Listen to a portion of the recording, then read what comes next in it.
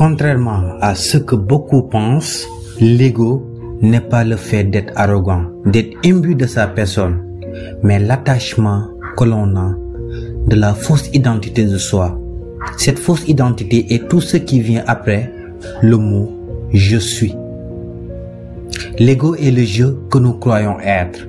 Il est la totalité de toutes nos croyances mentales, à savoir ce que nous croyons vrai en nous, lié à nos possessions, notre profession, notre niveau social, notre pouvoir dans la société, entre autres, notre couleur de peau. Ce qui n'est que pire illusion. Vous êtes l'âme qui s'exprime à travers votre personnalité, caractérisée par des qualités et des défauts, des perfections et des imperfections. L'ego se base sur nos croyances pour décider et que celles-ci ont la plupart du temps été créées à la suite d'une expérience désagréable. Il cherche à nous motiver par la peur plutôt que par l'amour ou par l'écoute de nos besoins. L'ego ne peut résoudre nos problèmes car il fait partie de chacun d'entre eux. Quand l'ego impose sa nature aux autres, on parle d'orgueil ou d'égocentrisme. Plus tu laisses l'orgueil prendre le dessus, et plus ça te coûte cher au plan de l'amour, de tes relations, de ta santé et de ton bonheur. La personne égocentrique est par ailleurs celle qui se connaît le moins. Elle ne tolère aucune contradiction. Elle apprécie toutefois la compagnie de gens qui la flattent, mais en contrepartie ignore que tout ce qu'elle entreprend avec le désir secret d'être applaudie et glorifiée finit par se retourner contre elle. Plus une personne se laisse envahir par la voix de son ego, plus elle devient convaincue qu'elle seule détient la vérité.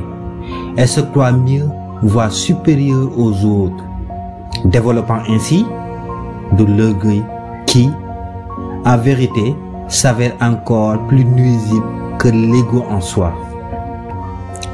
On reconnaît l'orgueilleux dû à la façon dont il projette toujours de vouloir avoir raison et obtenir gain de cause, et donc donner tort à ceux qui l'entourent. Pour lui, avoir raison signifie qu'il n'a pas fait d'erreur et qu'il est donc parfait. Hélas, il cherche la perfection dans le monde matériel alors qu'elle n'existe que dans le monde spirituel.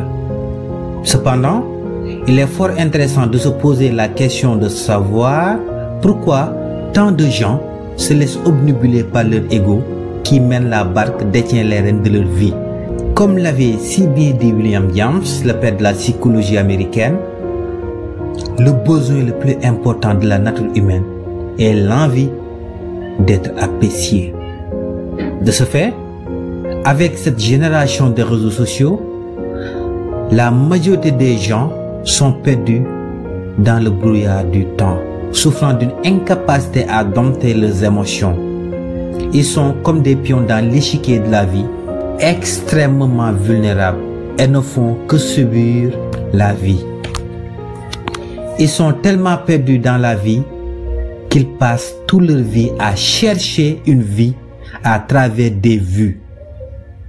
Demeurant dans cette quête perpétuelle de reconnaissance, leur ego prend le dessus. C'est pour cela qu'on remarque tant de narcissisme dans la toile.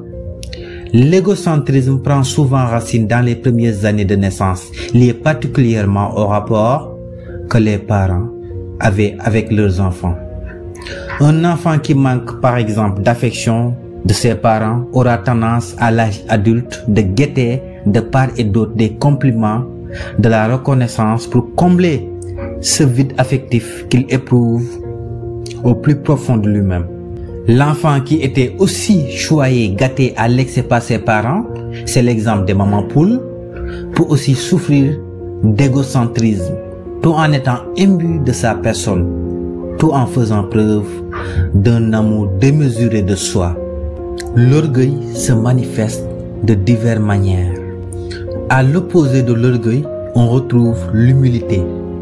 Prends garde toutefois, car bien des gens se considèrent comme humbles afin de camoufler une peur, alors qu'en réalité, ils se montrent faibles. Ils ont tellement peur de se tromper qu'ils se soumettent volontiers, même s'ils ne sont pas d'accord, confèrent du pouvoir à ces personnes et celles-ci se transforment instantanément. L'humilité disparaît par miracle. C'est ce qu'on appelle de la fausse humilité. Il existe également une catégorie de gens qui ont plutôt tendance à s'abaisser, ne pouvant à ce titre accepter leur talent et leur qualité. Ils sont ainsi embarrassés lorsque quelqu'un leur fait un compliment. C'est un genre d'orgueil masqué. Ce genre de personne dit: mais non, je suis pas si bon que ça, toi tu es beaucoup plus habile que moi. En réalité, celle-ci quête des compliments. L'orgueil engendre souvent l'hypocrisie, la vanité, la recherche du pouvoir et beaucoup d'états d'être qui sont néfastes.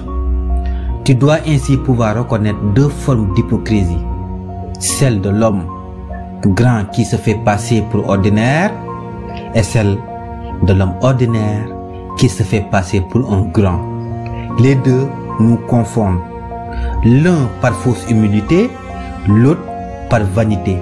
L'orgueil se révèle par une manifestation de grande peur pour soi, mais également motivé par la recherche de perfection de l'être humain. L'orgueilleux est toujours perdant car il manifeste une grande peur de ne pas être aimé, compris et surtout d'être rejeté. L'orgueil représente le plus grand fléau de l'humanité, lequel demeure à l'origine des grands déchirements de la vie sociale. Des rivalités entre les peuples, des guerres, des intrigues, de la haine et des rancunes envers nos semblables. L'orgueil est un grand obstacle à l'amour véritable. Tenter de changer quelqu'un pour quelque raison que ce soit est une forme d'orgueil.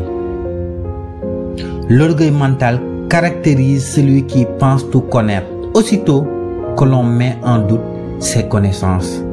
L'ego de ce dernier fait surface et c'est le début d'une longue obstination pour tenter de faire comprendre son point de vue et d'y faire adhérer l'autre personne.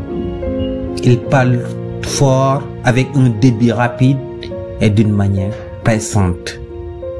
Il veut tellement avoir raison qu'il prendra tous les moyens nécessaires pour y parvenir. Il croit qu'il sait tout. Il utilise souvent les phrases du type « Je le savais, je te l'avais dit, j'en étais certain ». À la différence de l'orgueil mental qui se situe au niveau des connaissances, l'orgueil spirituel relève de l'être du « je suis ». Paradoxalement, plus une personne fait du développement personnel, plus elle devient consciente et plus grand est le danger de laisser l'orgueil spirituel l'envahir. Cette personne est susceptible de commencer à se sentir supérieure aux autres. Donc, considère ton ego comme une entité extérieure qui ne cherche qu'à t'influencer pour avoir raison. C'est cette voix dans ta tête qui ne cesse de te déranger. Quand l'ego prend le dessus, tu n'exprimes plus ton Dieu intérieur. Il n'a qu'un seul but, te maintenir dans la peur et t'influencer. C'est à toi de lui résister. Si tu considères les autres comme étant plus petits que toi, ça revient à dire que tu es Dieu et que l'autre ne l'est pas. La grande loi spirituelle consiste à voir Dieu partout, surtout dans chaque individu.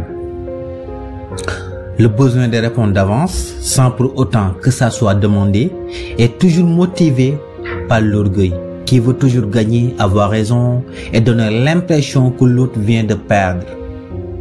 Il te fait résister à toute transformation intérieure. Il essaie continuellement de t'empêcher de voir Dieu en chaque être humain. Cependant, pour reprendre le pouvoir de son âme qui mène directement au salut, il faut éliminer l'identification au soi, à savoir l'ego. Il faut apprendre à se connaître d'abord. Vous pouvez suivre la vidéo que j'en ai fait qui apparaît comme ça au-dessus à droite. Bref, L'attitude préférable consiste à se comparer à meilleur que soi dans un certain domaine, sans être envieux ou jaloux, tout en réalisant que cette personne est simplement davantage en contact avec sa puissance intérieure. Ainsi, on accepte plus facilement que toute personne soit tout aussi parfaite que ce soit, tout en ayant beaucoup à apprendre des autres. Il est normal et humain d'aimer être reconnu, mais nous ne devons pas rechercher cet état d'être à tout prix. S'identifier au je suis bloque notre puissance intérieure, le pouvoir de notre âme, qui, s'il n'est interféré par le mental, nous libère des traumas, des souffrances qui nous accablent, qui nous bloquent. De fait, les portes de l'abondance, de la bénédiction, de l'épanouissement seront ouvertes à nous. Les actes de simplicité et de sincérité ont le pouvoir de te faire vivre un sentiment de bonheur beaucoup plus intense que celui de vouloir avoir toujours raison. Chaque acte d'amour véritable participe à résoudre les situations difficiles et transforme notre vie en une multitude de petits et grands bonheurs. L'amour renferme un grand pouvoir de guérison, tant au plan physique, émotionnel que mental. Il nous aide à devenir conscients que nous sommes tous des êtres spirituels. L'ego nous maintient dans la peur, qui est la mère de toutes les émotions négatives. La souffrance, l'égoïsme, la jalousie, la haine, le manque d'humilité. Bien que le pouvoir de l'âme est libéré, si nous demeurons dans l'amour, autant dit dans l'acceptation véritable, qui est aussi la mère de toutes les émotions positives. Le bonheur, l'épanouissement, le contentement, la béatitude entre autres, la joie. L'ego cherche à diviser et à séparer. Il est dans la peur. Par contre, l'âme cherche à unir et à guérir.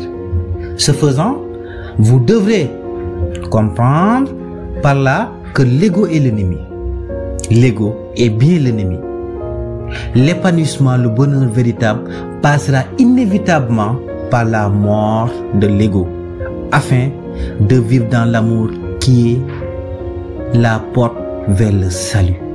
Si vous venez de me découvrir, mon nom est Mansamba. Merci de vous abonner, de cliquer sur la cloche de notification pour ne pas rater les vidéos à venir.